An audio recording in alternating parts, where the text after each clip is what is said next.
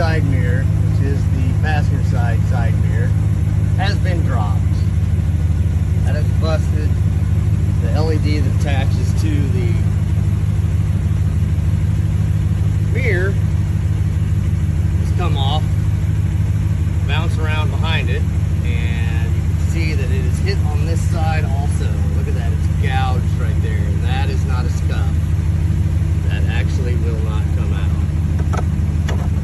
See? So,